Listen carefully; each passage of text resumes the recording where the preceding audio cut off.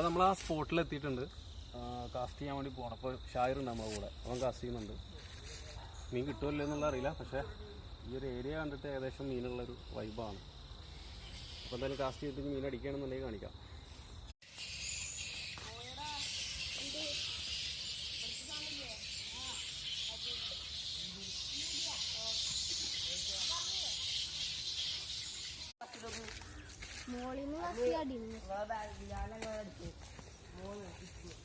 എങ്ങനെ